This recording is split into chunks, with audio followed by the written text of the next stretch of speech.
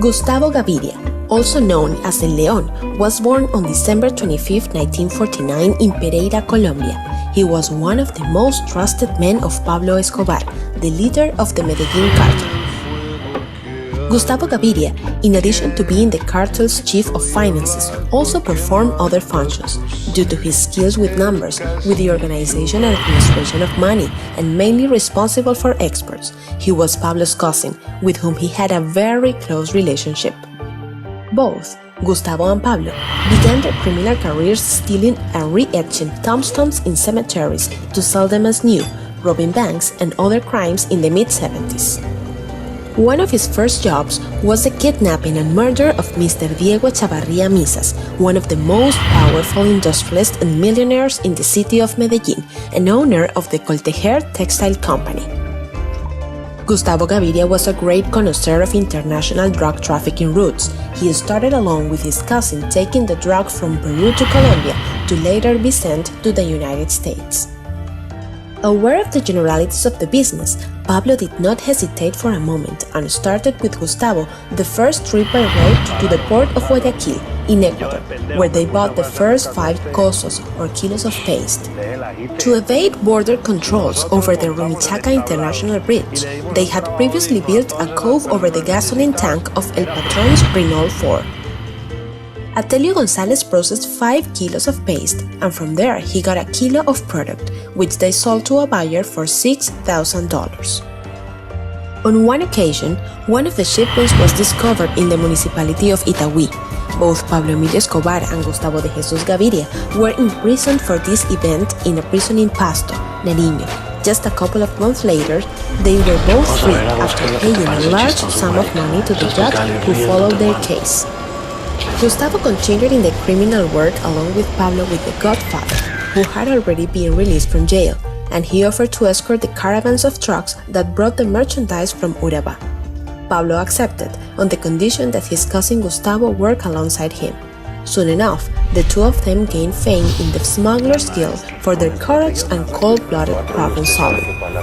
At the time when the police detained 5 trucks loaded with Marlboro cigarettes as they left Urabá, and Pablo and Gustavo went there and recovered them in less than 24 hours.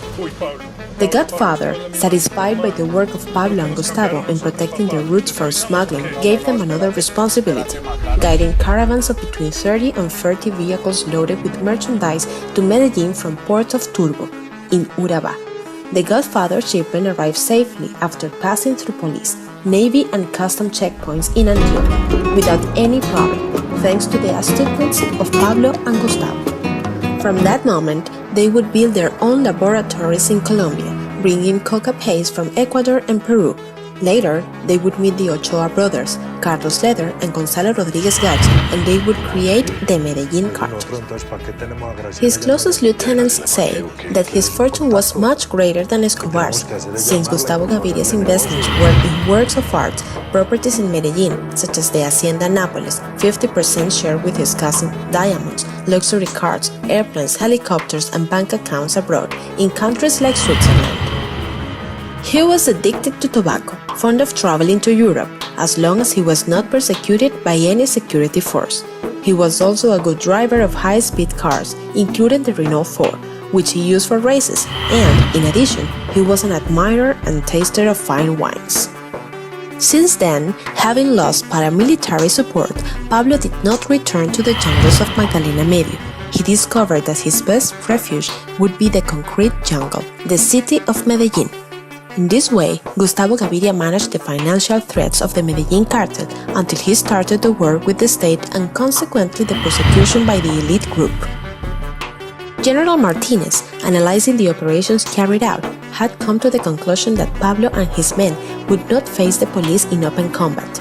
Every time they were surrounded, they ran like rabbits and only attacked lane policemen or with explosives. To surround such an elusive man, they would have to fine-tune their intelligence work, intercepting communications or looking for informants. With this strategy, the general struck a new blow. The second important death of his beloved ones was Gustavo de Jesus Gaviria, Pablo's partner, the flesh of his nail, the man with whom he grew up, with whom he became a bandit, and with whom he became rich. Gaviria fought even though he was not a fan of confrontation. He once said, "I do not owe the authorities, but I get the reflection of my cousin. He didn't like some of the things Pablo did, but he didn't dare criticize him either." To some extent, Gaviria, more Machiavellian, preferred the low profile, yet he at the same time was a cruel man. It's remembered that a plastic surgeon made him a hair implant, vanity of vanities, because he felt very detached.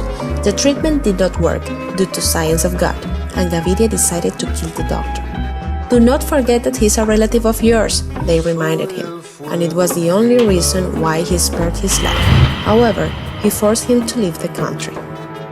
To Gustavo Gaviria, death came first and the blow of his soulmate. According to General Martinez's version, the officers listened to communications that spoke of the Lord, someone important within the organization. It wasn't Pablo. They were sure of that because they already knew his voice. It was another character who said, "Look, we need to put a twist on Cartagena." And boom, the bomb sounded the next day. A man with power and ramifications to decide on drug trafficking operations, to whom did the drug dealers to go ask for shipping fees, it was Gustavo de Jesus Gaviria. Gaviria, clever, very clever, did not meet with anyone. He moved everything through communications with aliases, codes, and passwords, and even though he was making calls, they couldn't even know his phone number. When they discovered him, they mounted an operation. At 6 in the afternoon, the units arrived at his famous bunker in Envigado. They found all the sign that this was his center of operations, but he was not there. Exploring the terrain, about a kilometer up, they found a house with a wireless phone, from where he detected the operation and escaped. Escobar instructed that codes, telephone names, aliases be changed, and we were left at zero, says the general.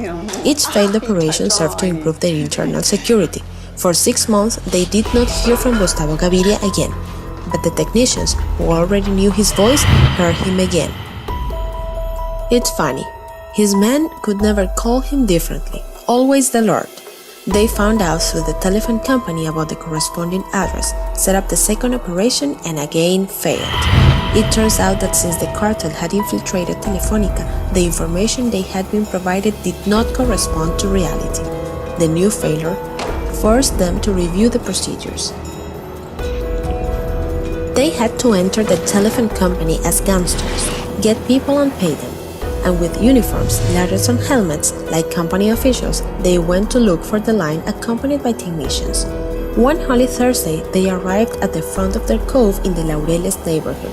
They monitored the radio emissions with a scanner for several days and made sure that there was no external security or in neighboring houses.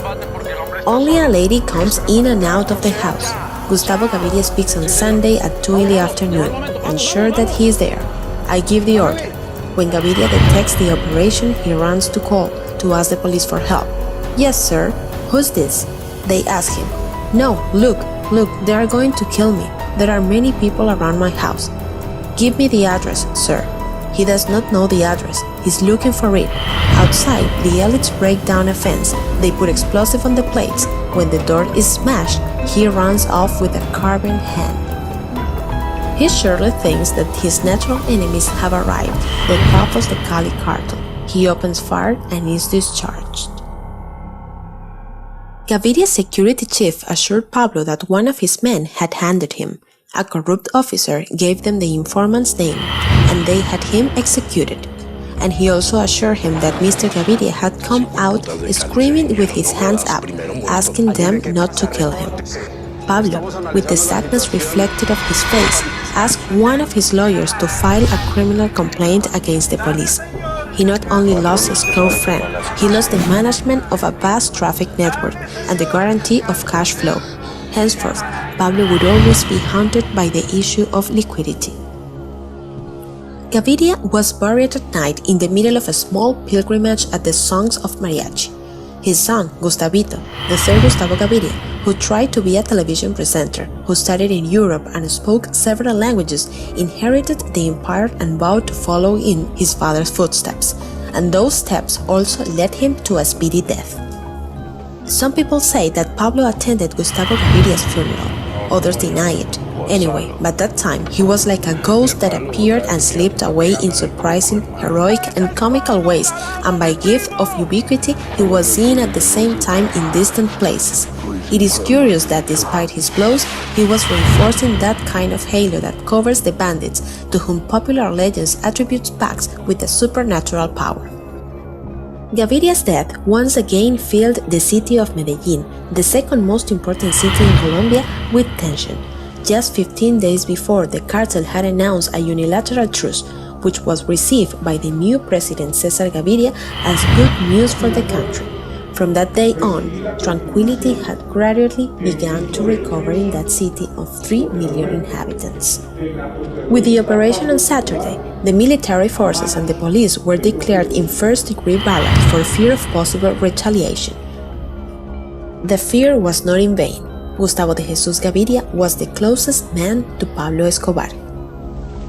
In this way, Pablo not only lost his cousin, but also the strongest ally that El Patron had in all his actions in the cartel, since while Pablo was dedicated to war, Gustavo was in charge of the routes with sufficient capacity, the finances, and all the actions of his lieutenants.